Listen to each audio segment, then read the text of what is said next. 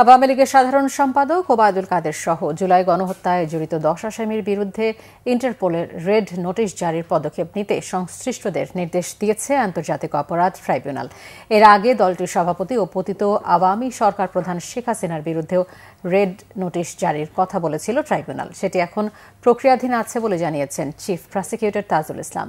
নাবিল জাহাঙ্গীরের রিপোর্ট। আন্তর্জাতিক অপরাধ ট্রাইব্যুনালের কার্যক্রম সহ বিভিন্ন বিষয় নিয়ে বৃহস্পতিবার সাংবাদিকদের সাথে মতবিনিময় করে চিফ প্রসিকিউটরের কার্যালয়। এ সময় চিফ প্রসিকিউটর তাজুল ইসলাম জানান, আসামিদের পালিয়ে যাওয়া ঠেকানো সহ ন্যায় বিচার নিশ্চিত করতে আন্তর্জাতিক অপরাধ ট্রাইব্যুনাল আইনের বেশ কয়েকটি ধারা দ্রুত সংশোধন করা হবে।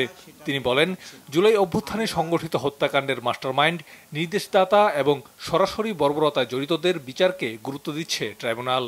গ্রাউন্ড লেভেলের পুলিশ কনস্টেবল যারা বাধ্য হয়েছে, কিছু করার ছিল না, করেছে, এই লেভেল পর্যন্ত আমরা বিচারের জন্য যেতে চাই না। টপ কমান্ডার্স, রাষ্ট্রের যাদের কারণে রাষ্ট্রটা এমন হয়েছে তাদের বিচারটা আমরা করতে চাই। সাথে সাথে যারা গ্রাউন্ডের ডাইরেক্ট অ্যাট্রোসিটিতে আইডেন্টিফাইড হয়েছে। এদিন গণহত্যায় জড়িত আওয়ামী সরকারের মন্ত্রী, প্রতিমন্ত্রী ও উপদেষ্টা সহ 10 জনের বিরুদ্ধে ইন্টারপোলের মাধ্যমে রেড নোটিশ জারির জন্য স্বরাষ্ট্র মন্ত্রণালয়ে চিঠি পাঠিয়েছে আন্তর্জাতিক অপরাধ ট্রাইব্যুনাল। ইতিমধ্যে শেখ হাসিনার বিরুদ্ধে রেড নোটিশ জারির আবেদনটি এখনও প্রক্রিয়াধীন আছে বলে জানিয়েছেন চিফ প্রসিকিউটর।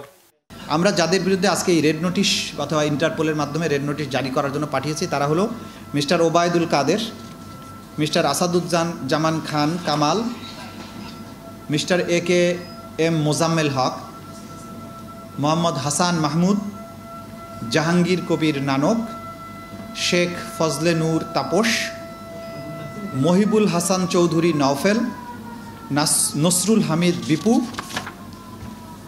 মোহাম্মদ আলী আরাফাত এবং তারিক আহমেদ সিদ্দিকী। এই 10 জনের বিরুদ্ধে আমরা রেড নোটিশের জন্য সমস্ত ডকুমেন্ট তৈরি করে আমাদের অফিস থেকে ইন্সপেক্টর জেনারেল অফ পুলিশের অফিসে পাঠিয়েছি এবং তারা সেখান থেকে যথানিয়মে এটা ইন্টারপোলের কাছে পাঠাবে। জুলাই গণহত্যার অভিযোগে এখন পর্যন্ত 141 জন আসামির বিরুদ্ধে গ্রেপ্তারি পরোয়ানা জারি করা হয়েছে।